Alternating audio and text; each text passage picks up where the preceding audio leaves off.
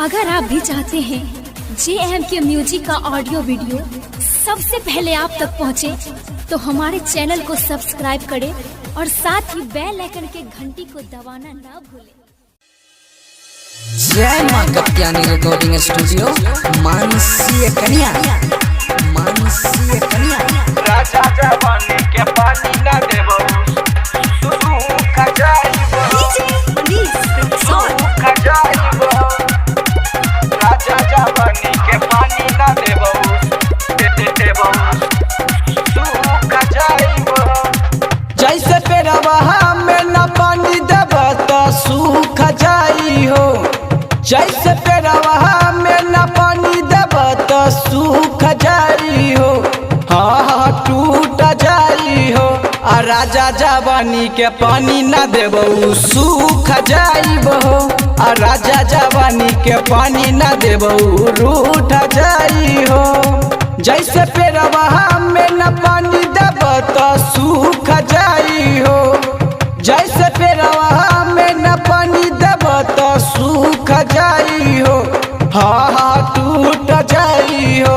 आ राजा जवानी के पानी न देब सूख जाइब हो, आ राजा जवानी के पानी न देब तो रूठ जाइब हो।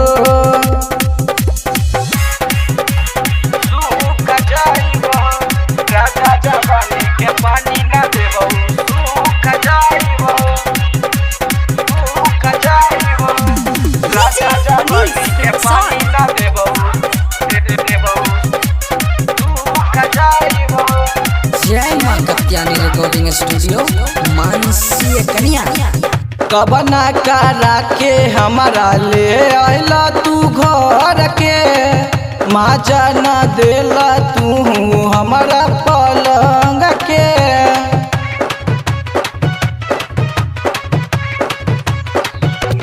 हाँ कबना करा के हमारा ले आइला तू घर के, माजा न देला तू हमारा पलंग के।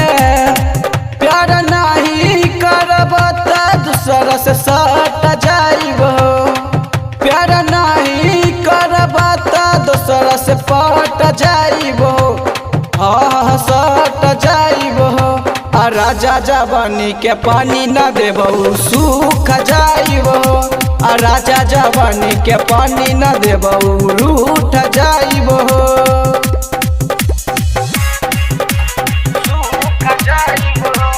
राजा जवानी के पानी ना देबो तू खजाइबो राजा जवानी के पानी ना देबो तू खजाइबो। जय मां कत्यानी रिकॉर्डिंग स्टूडियो मानसी कन्या तोहरा से बढ़िया मजा मिलत रहे यार में, पता न लिखल रही तोहरा कपार में।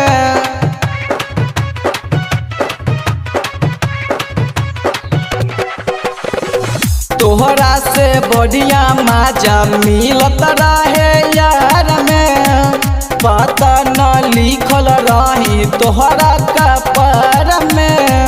तेबरा मणि नंदन मानी से अंदर ढूक जाई हो, देवरा मणि नंदन मानी से अंदर ढूक जाई हो, घुस जाई हो।